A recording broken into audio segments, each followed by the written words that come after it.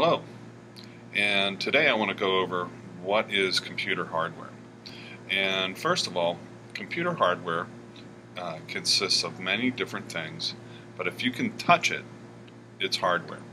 So first, let's look at some of the outside hardware. And the outside hardware consists of a monitor, a mouse, a keyboard, and a case. And sometimes you'll have a printer connected, but we'll get to the printer in a little bit. The one thing I do want to bring your attention to on the Macintosh, this is a Macintosh mouse, you'll see a little trackball. Other mouse or mice have a spinning wheel that would be a track wheel, and it allows you to go up and down on a screen and move side to side when you're browsing on a window. So the monitor displays a picture coming from the CPU or the computer itself, and this is the case that holds all the internal parts of the computer. The keyboard is what we input information, and the mouse helps us navigate that.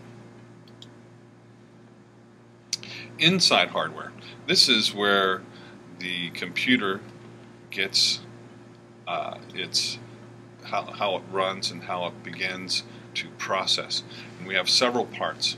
First and most important is the CPU, and that stands for the Central Processing Unit. It does all the thinking for the computer. So if you don't have a CPU, you don't have a computer.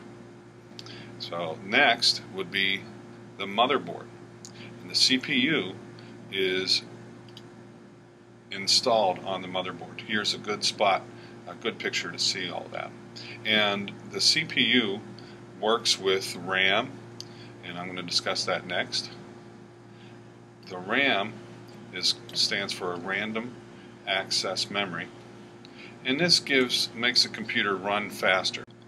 So next we have the RAM we just discussed, and we also have a hard drive. Now the hard drive is a storage device, and you can see it has platters, it has little disks, we call those platters, and it writes down all the things that you save, so when you shut it off you can still have it.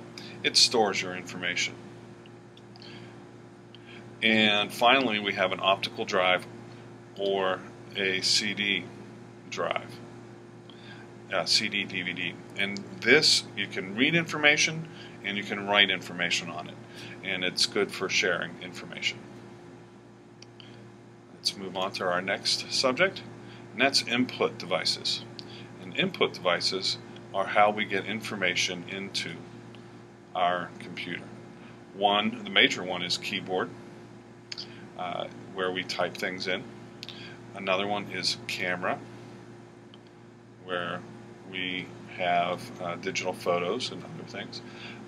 A scanner, we can also use a barcode and a regular scanner to scan things in, usually pictures, but we can also do text with that.